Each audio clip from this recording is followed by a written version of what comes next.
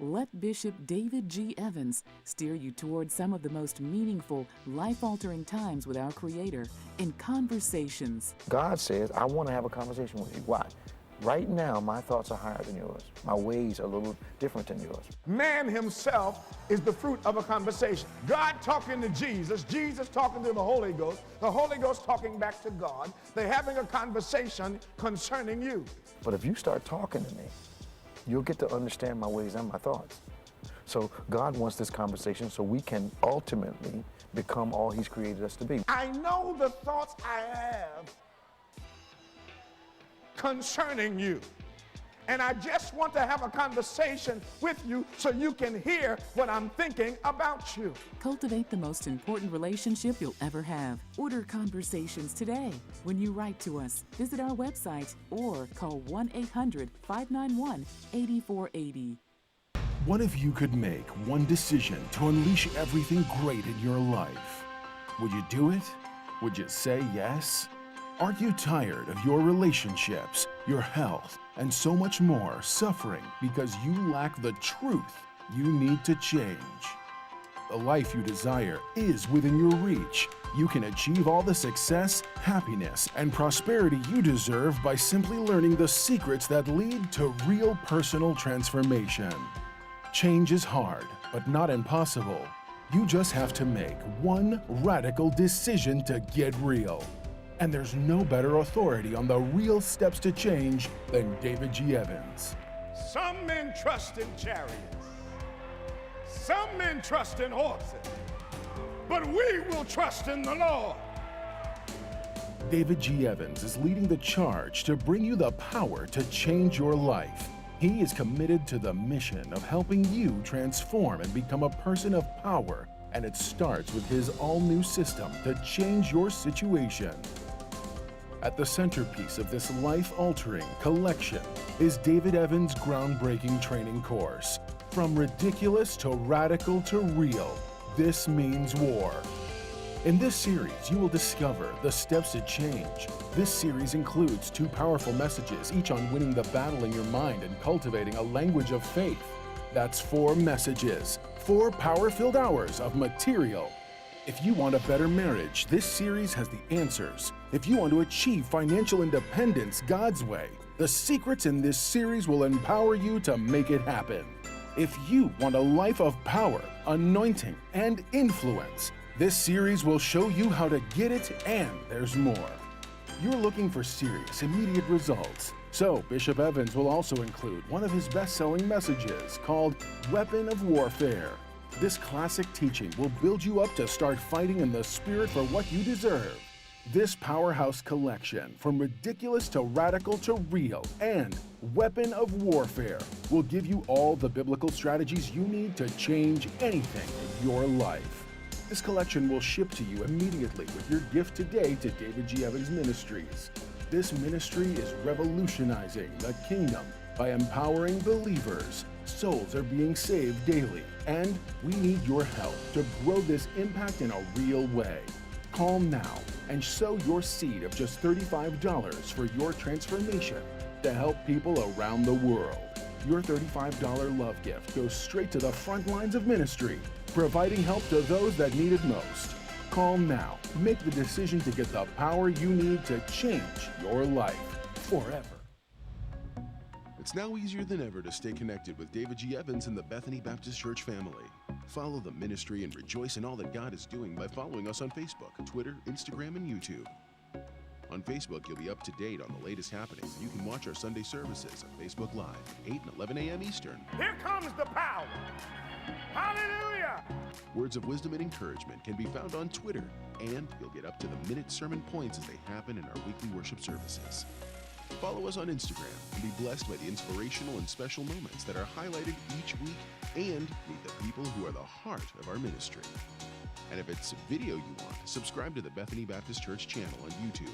See the celebrations, the special events, and the many, many people who are helping to transform lives one at a time. Stay connected with David G. Evans on Facebook, Twitter, Instagram, and YouTube, and become a member of our broadcast family today.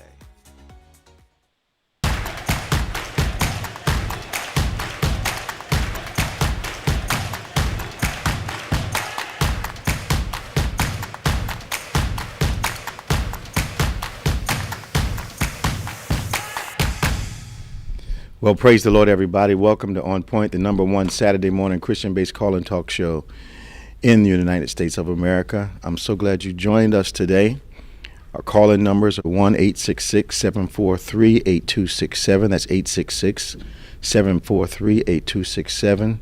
I'm your host, Bishop David Evans, along with my world-famous co-host, Reverend Nicholas A. Smith. Don't ever leave the A out now. Got to have the A in there. How you doing this morning, man? Doing well. How you feeling? All right. Won't you jump on your social media outlets and let everybody know that we're on this morning from 9 to 10, and join us in our conversation. It's a great time in the country for unity and around a conversation that's going to encourage you. We hope to inspire you, give you some direction, or as the Bible says, exhort you. That's point you in the right direction. Give you some understanding as to why things are the way they are from a biblical perspective. On Point is all about looking at all the major events, circumstances, cultural shifts that you may be experiencing in your life that have national significance, but always from a biblical kingdom point of view. That's what On Point is all about. We really thank you for how long we've been on now. Geez, this thing been since you were by yourself back before Pastor Horner. That was Wow. It's over. I know it's almost 15. Almost 15 years we've years. been doing this, yeah. So what we want you to do Jeez. is text somebody, tweet somebody, call them, tap them on the shoulder, tell them, get on, watch On Point at David G. Evans 1 on any smart device. And you can see us and hear us live around the world. We welcome all of our participants from around the country, and also our international participants as you join us every week. 1-866-743-8267. That's 866-743-8267. Toll free from anywhere around the world. 866-74-EVANS. Well, it's been quite a week. Yeah, to say the least.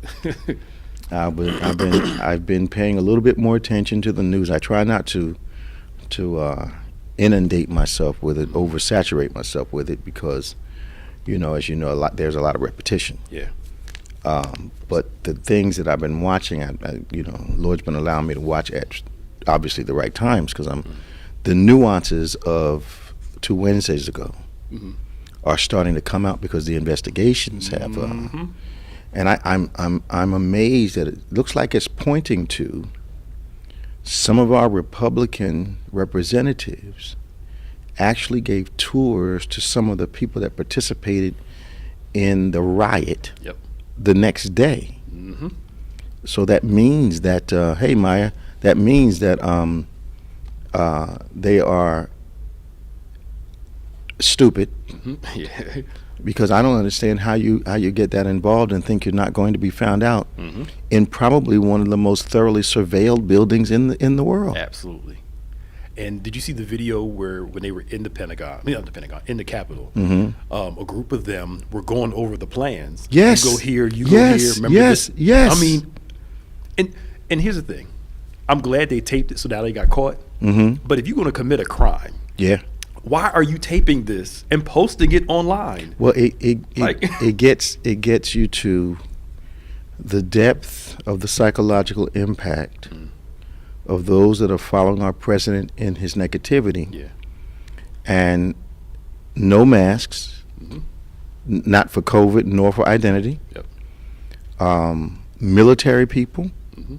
I was telling someone on the phone, I was telling Senator Booker's representative the other day that when I was watching the news, the first thing that came to my mind when I saw the mass outside was the old Greek mythology, I think it is, about the Trojan horse. Okay. And I said, this is a Trojan horse. And guys, he said, what do you mean? I said, I saw what was hidden in the crowd. So the organizers of this particular event were really being camouflaged by the people. And when I finally saw the line of military guys snaking their way through the crowd, I said, okay, that's what was hidden in the Trojan horse. No. Absolutely. Because when Jim Clyburn talked about how they found his secret office and never went to his office that had his name on there, he's like, this was no. Somebody told him where to go. Well, I think a couple of the state legislators got arrested. Did they? They were state Congress people. Okay, yes. Yes. They got arrested for breaking in. Yeah. But I wonder if they're going to arrest the They US have to. Yeah. They have to because, people died, people were injured. I'm not quite sure why certain kinds of people think when they're protesting that urinating and defecating in the building. I mean, what did other people do when they decided to, whip it out and start urinating and squatting on the floor? What did the rest of them do? Yeah, just sit around and they were laughing about it. I just find that, that kind of behavior speaks to character. They could have gone down there and protested, but they felt as though they had permission to do what they did because they were told to stop the process of verifying that President-elect Biden had won the electoral college. I mean, well, one lady, she took a private jet down. Private jet? Yeah, she was from Texas. Oh my! She took a private jet to D.C. To a protest? To a protest. Oh my! They just arrested her. Okay. She said, "Why am I being arrested? I'm doing what a patriot American can do within law. The privilege of these people." One guy said, "We're coming to take our house back. We're taking our country back," and they believed that they're in the right constitutionally to do this, and they're wondering why they're being arrested. You can't break the law. Well, perhaps they don't feel as though the law applies to them. Yeah. When I watched the officer who said he was basically attacked, and they started stripping him down, and he said he started talking to them about the fact that he had children, and that was, he thought that's what caused people to have some sympathy on him. When I was watching him, it amazed me that he had a gun and didn't use it. That was my question. He was being assaulted very vigorously and had weapons and never used them. And I could not help but draw some kind of analogy in that I've seen other African American men walking away from armed people and get shot 15 or 16 times. Breonna got shot in her bed. So it's not that his life felt threatened, it's who it was being threatened by, because he was armed. And I believe had he started to discharge his weapon and dropped a few people, they would have backed off him for a second and he could have gotten out of there. But it never entered his mind, except that I don't have enough bullets to deal with everybody in the crowd.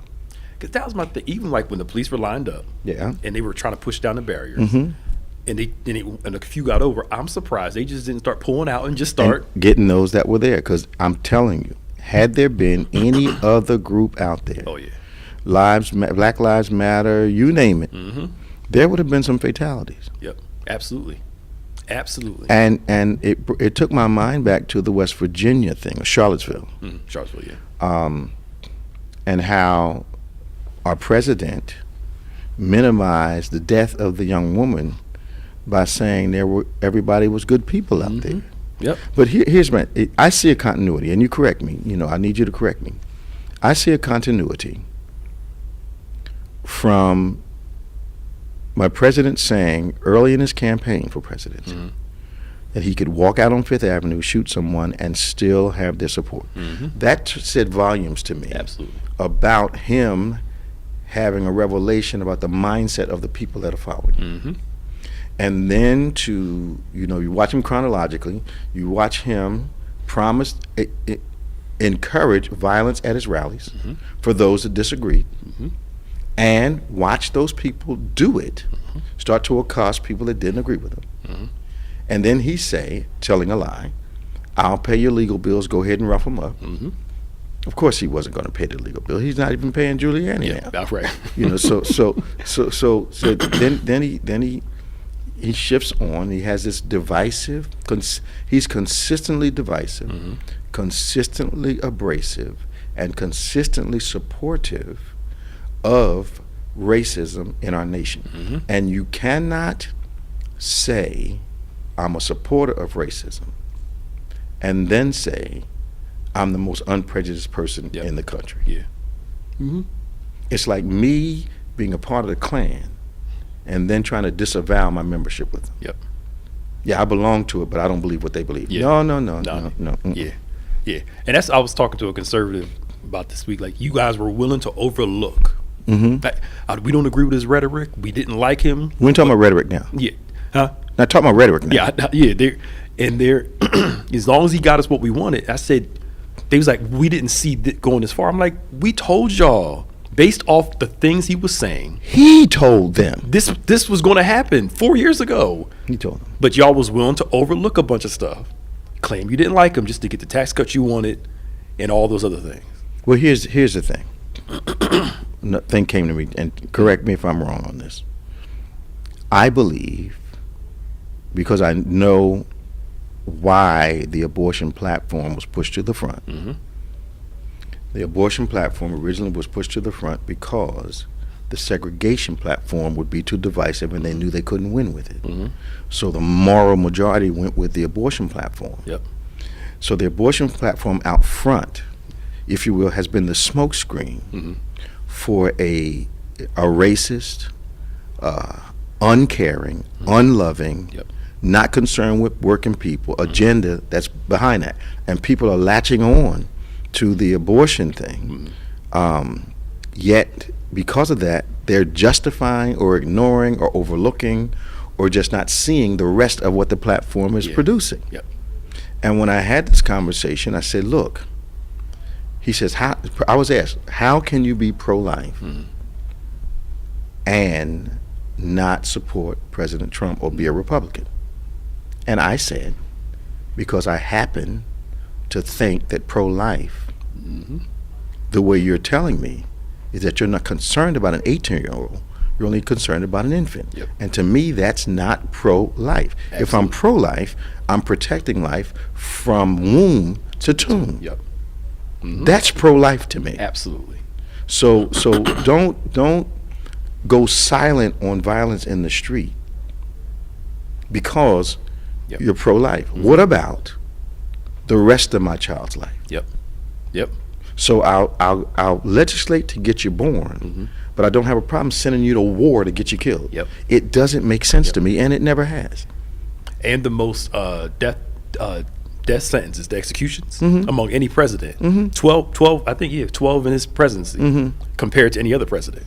And he and his administration lifted that whole execution thing for people on death row.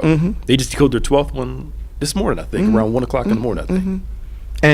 And you've got, let's be serious about this, we've got Republican clergy supporting this stuff in the name of the smokescreen abortion, which is allowing them, and you taught me this, to criticize prosperity, but enjoy it Yep. every day of their Every lives. day. They have a different view of the prosperity gospel. They still believe it. Just not supposed to talk about But it. just not. But their process is different. They want power and money like everybody else. It's just their process is different. Okay. But I did read somebody tweeted this out yesterday, and it brought so much into perspective. Okay. She said that white evangelicals that are in this particular movement, they really don't like the Jesus of the Bible. Well, that's plain. It's plain. So they latch themselves to Old Testament warriors and try to fit that narrative as Jesus and the narrative of who they're supposed to be as men. Well, that means they're deceived. It also means that the passion of their belief is causing them to think there's truth. But like we've talked about in the New Testament, deception 99% of the time is attached to believers. Yep. So I told our pastors last night in our call, I said, what this season has done, what the pandemic season has done, is allowed there to be clear identity as to God's kingdom church versus man's political church. Yep. And God had to allow them to grow together. That's why in the Bible it says, let them grow together. Don't you do anything to them. Let them grow together. Yep. Because I need you to see the difference. I already know the difference God is saying. I need you to see the difference. And there is a necessity for the discerning of the spirit of evil that's in the national church. Yep. Because they have placed abortion as a smokescreen, and it allows them to justify every other injustice that happens, and that can't be in line with kingdom principles. Absolutely, it can't be. No, it can't be. They're talking about, you got pastors on the pulpit talking about everybody get your guns ready. I saw a guy say that. Yeah, if they gonna come to your house, you got your Second Amendment right. Yeah. He made a joke about don't shoot him on the, if you make a joke, you can shoot him on the lawn, try to drag him into your house, but the problem is you'll have a blood trail into your house. And when did that kind of assertion reflect any Christ at all that's in the Bible? Thank you. When that it does not. I saw the guy from the Mountain Church, and I don't mind saying it.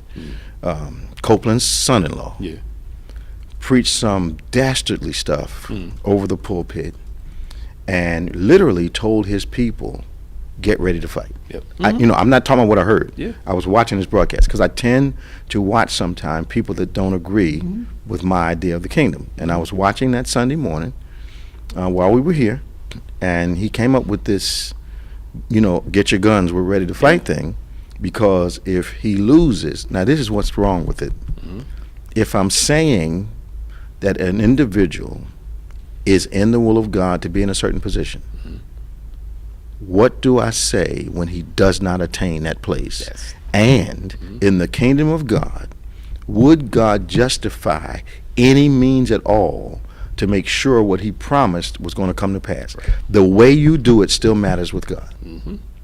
Yep. But they act like, this is the goal. Doesn't matter how we get there. We can kill people, we can riot, we can do whatever we want to. As long as we get there, it's the will of God. That is not how God works. Right. And they're taking the whole Israel promised land thing too far. First off, America is not Israel. No. We are not the nation of Israel. No. America is not this great national country to God compared to every other country. That's not how it works. No. And they're holding on to that.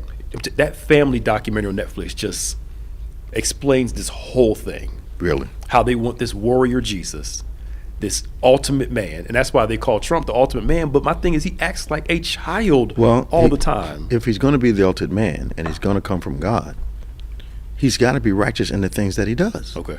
He can't be this crass, hurtful, harmful, seditious, dishonest individual that his handlers say you can't take anything literally that he says. Right. You can't be a leader and people can't believe the syllables coming out of your mouth. Yeah, exactly. How do you lead and your own people are saying don't take what he says seriously? Yeah. What? Right. Thank you. A leader. A leader. But once again, if our previous president had been guilty of a third of what we have experienced in the last 4 years, the Republicans would have exploded with such force that the whole Republican Party would have landed on the moon. Absolutely. I'm trying to tell you, it would not have been accepted for a moment. If you would say Black Lives Matters, hey y'all, let's go up there to the Capitol. Before they even got there, it would have been a big problem, Doc. Before they even got to D.C. Fatalities, arrests, the whole 9 yards. Everything. Because people are actually crying. They're saying, I don't understand why I'm being arrested. Yes, on tape. Did you see the guy who went to get on this flight to go back home from D.C.? I saw the guy get off the plane in Hawaii, and they were waiting for him when he got off the plane. Yeah, him arrested. The one guy, what they did was they waited for him to get on the plane in D.C. Okay. Escorted them off. Okay. And said, you're on a no-fly list as terrorists. Okay. One guy was crying in the airport, it's not fair. What's not fair? I was doing my constitution. I'm an American. I'm a patriot. And I'm sorry, but he They were doing it right there. They expected not to have any consequences, breaking the law every step of the way. Absolutely. Privilege. Amazing. And why is it that people of other ethnicities understand that your ethnicity does not give you a right to break constitutional law when you want to? But they're watching their leaders do it. Yep, absolutely. If there are not congressional arrests based on the people who A, told them where offices were, B, gave them a tour of the building the day before they stormed the building, C, want to carry guns inside the building when they should not, and it is not an infringement of your rights not to carry a gun in certain places. I can't carry a gun on a plane. You can be licensed all day long. You can't carry it in the cabin with you. Absolutely. So the arguments are stupid. They are stupid. And then they're mad because Trump is banned off certain platforms. Again, they're infringing on free speech. The government allows you to say what you want. That's a business. That's right. It doesn't guarantee your platform. That's a business. And you don't get the right to do what you want to do at my business. Thank you. Thank you. Not even free speech because you on Twitter. Right. And at the same time, if a random Joe gets up and says, hey, y'all, let's go storm the Capitol, nobody's going to listen to that. Well, of course not. Somebody with millions of followers says that and a following, I mean, come on. Look, I've seen posts of mine shut down just because they were political. And I'm not saying it's an infringement on my free speech. For their business, they did not want to publish it. Now, I'm a little disturbed that something comparatively mild to let's go overthrow the government. Right. And I say, there seems to be a racial problem in the country. Yeah. And Facebook shuts me down that day. That's a problem. Let's go to Monica Wells. Hey, Monica, how you doing? I'm good, Bishop. How are you? Doing great, girl. Good to hear your voice. It's good to hear you. Hey, Pastor Nick. Hi. What's going on, girl? What's your comment today? So my comment is this. One, I always say you cannot rationalize the irrational. And the level of irrational that's going on right now as it pertains to what happened is like mind-boggling. It's funny and sad all at the same time, and it's coming from so many different avenues. So I think the talking points that they kind of mimic is like equally as sad as all that's happening. So now they justify the actions and the activity by saying, well, it wasn't Trump supporters out there. It was actually infiltrated by Antifa and BLM. That's one of the talking points. Yeah, BLM wasn't out there. No, that's obvious. BLM wasn't out there. There's only a few of us in there. BLM was not. They just only saw two afros in the crowd. So BLM was not out there. It was very obvious. And then they say, well, you got to tell a better lie than that. Thank you. Exactly. It's like a black James Bond. You think he's not going to be noticed? Right. Thank you. In England of all places. Come on, man. And the one lady that recently, the one that was outed by her daughter, and she was outed and her uncles were outed because she used to always have debates with her mom regarding, equal rights for black people and stuff like that. So the mom was out there and she tried to punch a black security guard, the female. Oh, wow. And the female went back for the ancestors and punched her in her face. and the cop got suspended for it. Why? And she got suspended for it, but they did a GoFundMe for her, and she got like over 6 figures from people just donating to her because it was just ridiculous. Not only was she attacked by the woman in this crowd doing her job, when she punched the lady like she punched her good. Like she was bleeding all down her face. Well, the thing is because there's a group of people, Monica, that believe they have a right to inflict violence on certain other people, and and the way they find out that it's no right is when they get the crap knocked out of them. And I'm not a person that condones violence, but you walk up to me and you hit me, business is going to pick up. Yeah. Exactly. I got the Reggie White philosophy. After I knock you down, I'm gonna thank Jesus for you. Right. That's right. Come on. Not just gonna leave you down and leave. No. But I hope you're gonna be all right. So this lady, she was actually just fired. The white lady was fired because her daughter outed her. Like, told me not to I think they need to be outed. Did you hear about the work with them. Did you hear about the one guy got arrested as soon as his ex-wife saw him on TV? She called that by the same within a couple hours of the event. Yes. Thank you, Monica. We gotta go, girl. All right. Talk to you. 866-743-8267, 866-743-8267. This is On Point, the #1 Saturday morning Christian-based call-in talk show in America. I thought I dropped Monica, but let's go to Robin. Hey, Robin, how you doing? Good morning, Bishop and Pastor Nick. How are y'all doing this morning? Doing fine. You all right? Oh, yes, I'm good. I'm going to try to keep it to 2 minutes, 3 minutes. Robin, it takes you 2 minutes to say hello. But no, I just have a comment what Pastor Nick was saying about, the terrorists were saying that's their house. We, the blacks, our ancestors built those houses, so really it's our house. So I don't understand how they can even say that. I don't understand how the Republicans cannot see what's going on, all these people. They see it. They see it. For They see food, people losing their homes. They see it. They don't care about that. Jobs. Yeah, I've seen more homeless here in Delaware than I've ever seen. They've fed their supporters an ideological Kool-Aid, and they're so focused on what they're drinking, they don't really notice what's happening to them.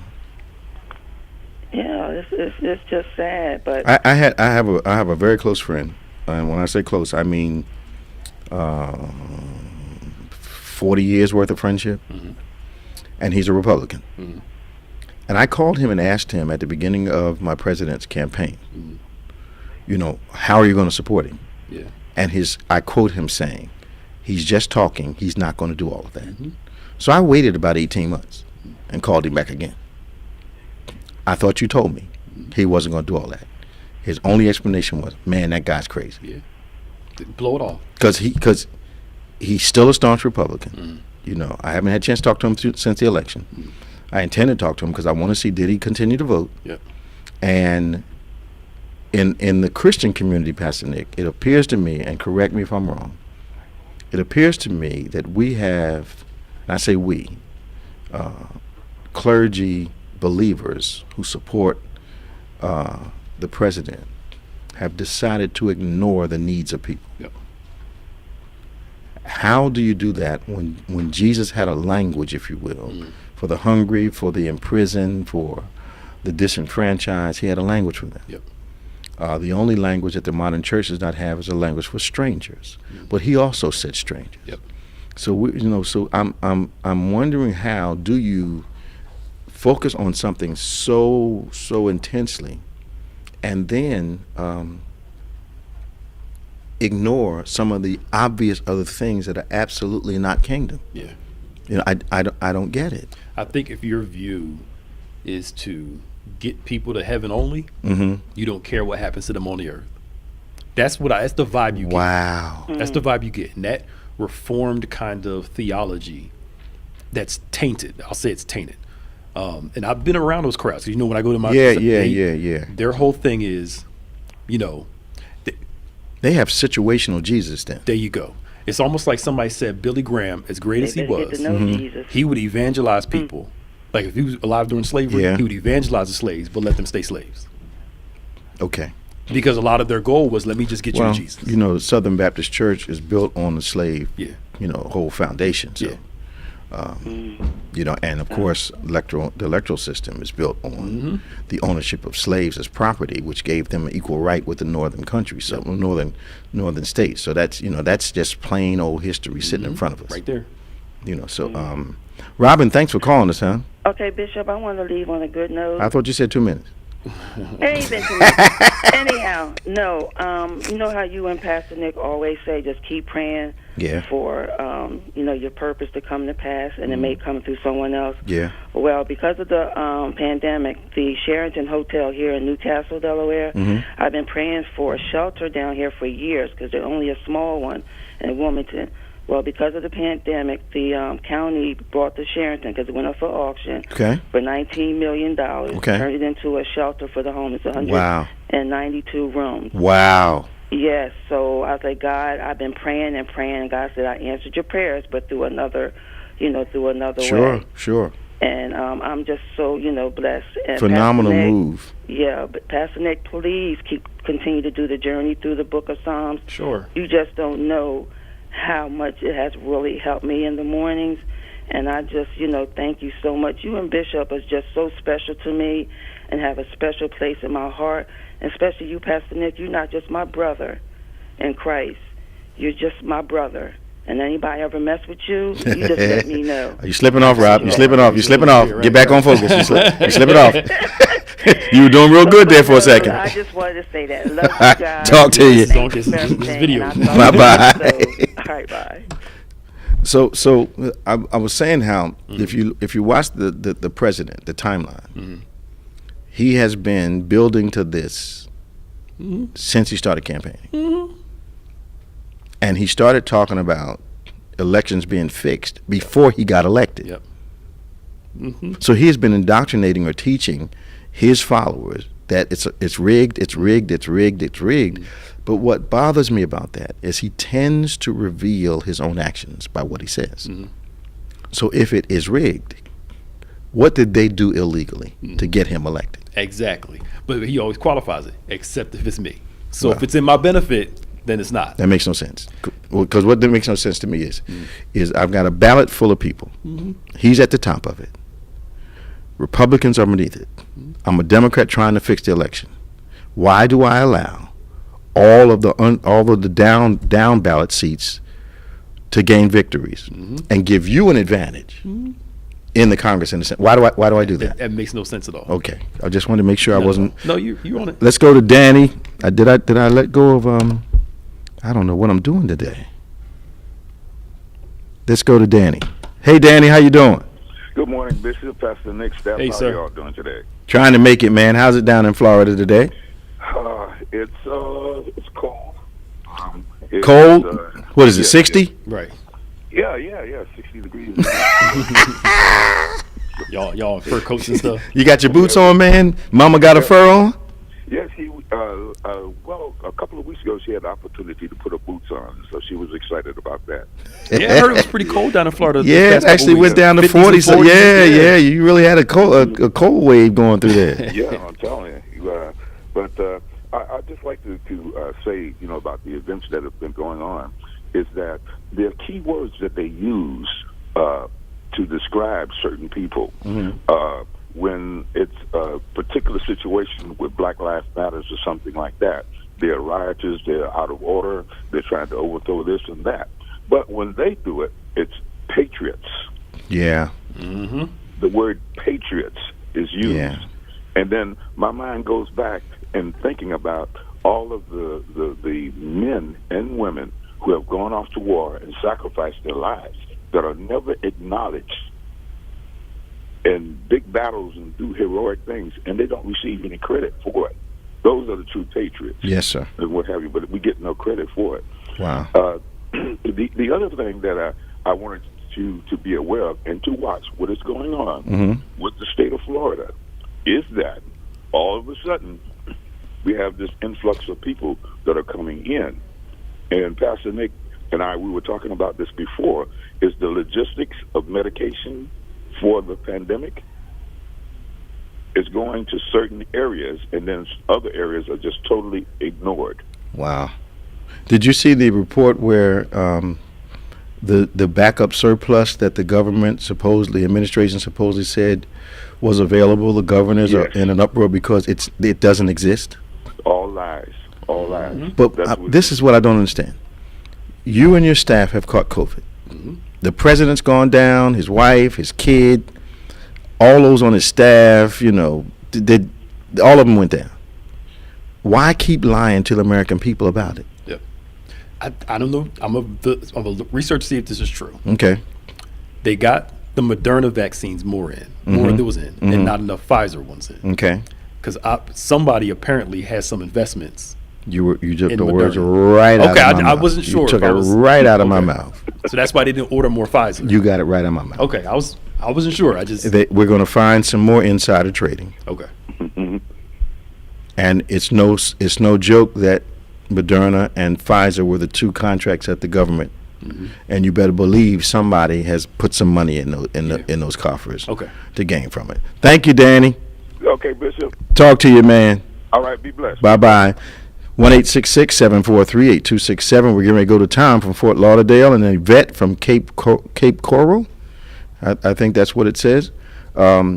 1-866-743-8267. That's 866-743-8267. This is On Point, the #1 Saturday morning Christian-based call-in talk show in America. Coming Tom right now. Hey, Tom, how you doing? Good morning. Good morning. How you making out, man? Loving it down here. It's a little cool. It's 59. Oh, so, Yeah. I can feel you shivering through the phone. a little cold. A little cold, yeah. Bishop, Pastor Nick made a comment saying, people came in without masks, getting filmed, didn't care. Mm-hmm. It's their mindset. One is the guy with the Viking helmet on. Yeah. He's asking for a pardon Yeah. because he believes totally that he was sent there by the president. He said the president invited him. Said the president invited him. Yes, I mean, a lot of those people believe that they're going to get pardoned. And I believe that's why they didn't try to hide their identities and things. Exactly. That we're going to win. We're on the right side, and the man in charge, the president, said we can do this. And that's, I think, the mindset. That's why they didn't mind being filmed or people watching them. She's right there in the steps. Okay. Come back upstairs, Ray. Have my granddaughter with me today, y'all. I agree with you wholeheartedly. I'm just I'm amazed, but I'm also fully understanding that 2 Wednesdays ago revealed the depth of the anxiety a certain part of our country is feeling. And I see that with the expressions of their emotions in that context and their willingness to justify not only breaking in, but, I think I was talking to Pastor Nick yesterday, and you don't bring zip ties for handcuffs if you don't intend to take people hostage. There's certain things you don't do, adults don't do. But at the same time, I'm distressed for our Democratic representatives because some of them now feel that they're in danger from other congressmen and senators because some of these guys are resisting going through a metal detector because they want to carry guns into the debate rooms, the chambers. It doesn't make any sense to me. Not at all. I saw President-elect address the mask situation last night, and he was like, he saw people being offered masks and resisting them like 6-year-old children. And then he said, he got a little expletive there. He's going to have to go to confession this morning. But the fact of the matter is that, wearing a mask has gotten this emotional place with these people. And then our leaders are resisting doing the common thing. But, there's so many buildings you can't carry a weapon into. I don't understand what the big deal is. Why do you think you need one in there? Exactly. Pelosi needs to let the hammer down. They're not allowed in the building. They will. She needs to drop the hammer. She is. He's going to drop it. If I'm not mistaken, Washington is D.C. is like New York. You can't have a firearm inside the city limits. That's right. So, we're talking about the Capitol building. I think you're not supposed to. There's a mandatory jail time, I believe, if you're not an officer or have some kind of special license. You can't walk around with a concealed carry even. But here's what I don't understand, Tom. Now, I'm a gun guy, but I know there's certain places I can't carry a gun. You're not taking away my right to bear arms because there's certain places I can't carry. Exactly. I mean, it doesn't seem that deep to figure out. You're making too much sense. So he here's what bothers me. NRA, of course, filed bankruptcy today. Do they not have money, or are they just trying to? They're saying they're moving to Texas. No, they got to move because New York is indicting them. Okay. For stealing money for inappropriate use. Okay. Jet planes. Okay. Vacations for people that don't even work for them. I mean, all kind of crazy stuff. Okay. $5,000 Brioni suits. I mean $10,000 Brioni suits. I mean, just that kind of stuff. And most of the people that they represent are not those kind of people. Not at all. They don't even know what a Brioni is. They, you know, Right. they, Right. you know, so you know, it's amazing to me that we're having this discussion because of the reality that we're facing right now. I you know, so they've been talking about They said Obama was taking their guns away from them. They haven't lost a thing, Pastor Nick. Not one bit.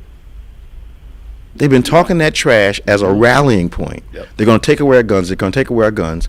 And they have not been taken away. Nothing. Obama was in office for 8 years. The guns are still in place. Yep.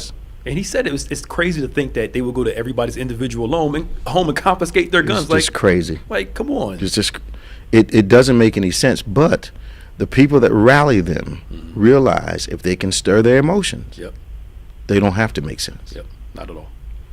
Obama even joked about it during his second term that, you know, nothing's changed with the gun laws. It hadn't. But now their representative has misappropriated funds. New York is going after them. They got to move to Texas because I think they're thinking it'll be a more welcome place for them to be. Yep. But are you going to tell me that the supporters are going to continue to send money to them to do the same thing with? Or has the NRA been crippled permanently? They're going to have their faithful cult supporters. Okay. Yeah. Now, the same amount of money, I'm not sure. So I don't think they're going to raise the same kind of money. Yeah, probably not the same money. But Okay. Yeah. But they went bankrupt. They announced this morning they went bankrupt. Are they like bankrupt? Like, you know, some people, rich people, they claim bankruptcy, but they got money. Well, our president claimed bankruptcy in his companies like about 7 or 8 times. Okay. Yeah. Yeah, So- they have ways of shielding themselves. Yeah, that's all it is. It's bankruptcy is a way to get out from under the debt, Yeah. and perhaps move and start over. But the problem is that I think maybe some of the leaders of the NRA may be thinking retro Sure. because you can't escape stuff with social media now. Okay. You know, you're very present everywhere with social media. So trying to move because you think that's going to make a difference, I'm not sure it will. Bishop, I have one other question. Go ahead, man. What's going on with Giuliani and not getting paid? you got to comment on that. Me and who? Giuliani not getting paid by Giuliani, Trump. You're not getting paid. Well, because he embarrassed the president. Number 2, he didn't win a case out there. You know, he had a darn press conference at a gardening place and a porn shop. So, you know, thought he was at the Four Seasons Hotel when he was at the Four Seasons Landscaping Company. You know, and next door was the adult store. So, I mean, he's been an embarrassment. And like everyone else, our president throws everyone around him under the bus. Yep. When it's convenient. Pence, I can't imagine. He looked like a devotee for the last 4 years. And they were president, outside the Capitol. he sent those people to the building where he was, and they wanted to lynch him. They were chanting out front. Yes. I saw it, man. It did not help him at all. No, didn't send anything for him, man. An hour and a half waiting for the. What did you want to happen? Right. Again, it goes back to that. He did it to everybody else, but he wouldn't. He wouldn't do it to me, and he did it to him. He did it right to you. But it seems like he's falling back in line to me. Yeah. Man, we got to go. Take care. Talk to you. Yvette, how are you? I'm well, thank you. Tell me how you said it. Cape Coral? Yes, Cape Coral. Cape Coral. Where's that come in? That's in Florida near Fort Myers. Okay, you're near Fort Myers. I've been to Fort Myers several times. Wonderful place. There's a place I go for rest near Fort Myers. What is it called? At the beach. Not Clearview or Palm Springs. No, not Clearview. No. Why can't I think of the place? Naples. There you go. Naples. Naples. Yeah, nice place. Yeah. Wonderful, wonderful place. Yeah. How are you this morning? What's your comment? I'm well. I'm going to make this comment and I'm going to hang up to hear your response. Okay. During BLM, it was stated that the police, they just needed a certain kind of training to be able to deal with the situation. So they were teaching a particular kind of training. So I'm assuming that they did receive the training and therefore reacted differently. You're right. That was good. Yeah. Yvette, come on, girl. God bless y'all, Bishop. God bless you. Bye-bye. Yep. Oh, that was wonderful. That was. All of a sudden, they knew restraint. No, it was who it was. Mm-hmm. The who determined the what again. Yep. Wow. What you got there, man? Anything on Facebook? I was looking up something while we were talking. Yeah. About the Second Amendment, the right to bear arms, and Right. the whole militia thing. Right. And how this group is this may be one of the reasons why they don't study it enough. They think that gives them the right to overthrow the government, but overthrow the government is called sedition, which That's is right. illegal. No, they're reading it conveniently. They're reading it, like totally out of whack. Yeah, it's a convenient read. Yeah, because I'm like, why are they? Because they keep going back to that. We have a right to bear arms, a right to overthrow the government. You have a right to bear arms if the government is trying to take over the country. Right, exactly. So if they're invading, Yes, then you can do something. you got a right to bear arms. But if it's something government sanctioned and it's legal and it's appropriate, you bearing arms against the government is sedition. Yes, and you go to jail for it. Yes.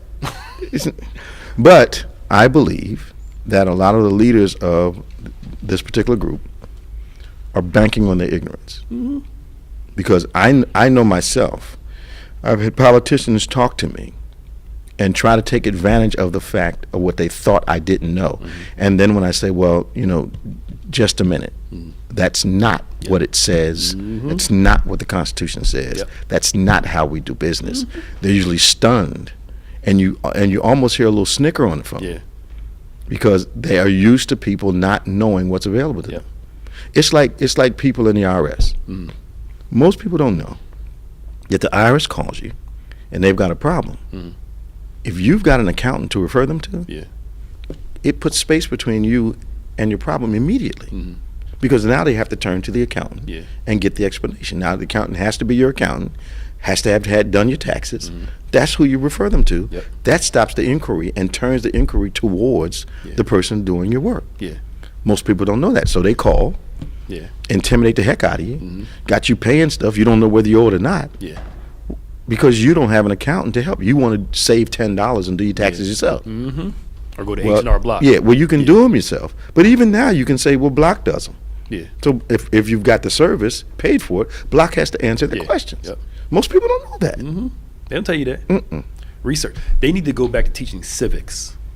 When they stop teaching that, it handicapped people. A lot of people. We used to learn the civic stuff in elementary school, so you had that foundation. You had it. Yeah, he had piece it in there. But I don't know, like my granddaughter, my daughter, I call her my daughter, is studying history, and they're studying American history. And I was patient and waited because the book that they have does address history that relates to her. But the way the book is laid out, I have to talk to her to reinforce other realities that are not being presented in the book that she's being taught. We had to do the same thing. My son need to learn about Martin Luther King this week. I like his teacher, real nice lady, but she's just teaching regular basic part. After that class was over, we made him watch a YouTube clip of the other stuff, and I'm convinced, and I learned it a couple years ago, we need to teach our kids. We were responsible for Black history for them, because they're not going to learn it right in school. Well, I think that is consistent with other principles that I believe. I think that if you don't school your own kids, then by the time the law addresses them, it may be too late. And then you can't blame it on the system when you haven't laid the foundation in the house. Now, the Bible says train up a child in the way they should go. Now, you're not responsible on their adult decisions, but you do have an obligation to give them a foundation. Absolutely. And there are a lot of celebrities that I know that have got this, let them grow up any kind of way they want, and the children have no reference points to come back to. So you want to give them, people need a foundation from which to make a decision, so they can refer back to the decision when the questions of life appear before them. But you can't abdicate the responsibility at home and educating and indoctrinating and in our case giving people the skills to survive the street, and then expect the school and everybody else to take up the mantle for you. You just can't do it. Yeah. And then complain about the system when if they didn't get it in the house, if you didn't talk to them, if all you did was ride back and forth. I tell them all the time when we're in the car, put the video game away. Let's have a conversation. Let's talk. Or what do you want to talk about? Talk about anything you want to talk about. And then if they don't have a subject, I always have at least a half a dozen. Yeah. But you have to have that conversation. Yeah. There came that time where we just kind of, parents disconnected. Let TV raise their kids. Like you said, video games and all those things. Move the responsibility over to something or someone else. And never had that conversation with them about life. No, you got to do it. Yeah. Somewhere along the line, people wanted to be their children's friend. And, I think that was a significant shift. Yeah. If you're going to parent, you know this. Popularity is not your top priority. Not at all. Not at all. You don't have to like me. I want you to love me. I want you to honor me. But I'm not trying to make friendly decisions for you. Not at all.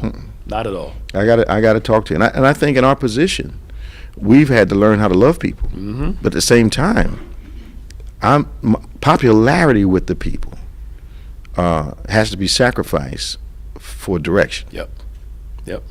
You have to teach those people that are with you what thus saith the Lord. And sometimes it's going to be unpopular. Absolutely. And in a loving way. Yeah. I think what was back in the day when a lot of parents didn't care how you felt, they just said things however they wanted to say them. Yeah. And then that generation took it and said, let me be the exact opposite, rather than saying, let me keep the principles, but reshape how. But I think a lot of our parents were speaking out of years and years of frustration and hurt. Yeah.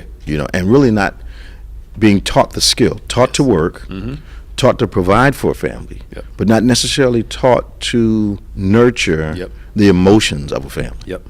I think that's a skill you have to intentionally try to apprehend, or it's something some people have an instinct for it.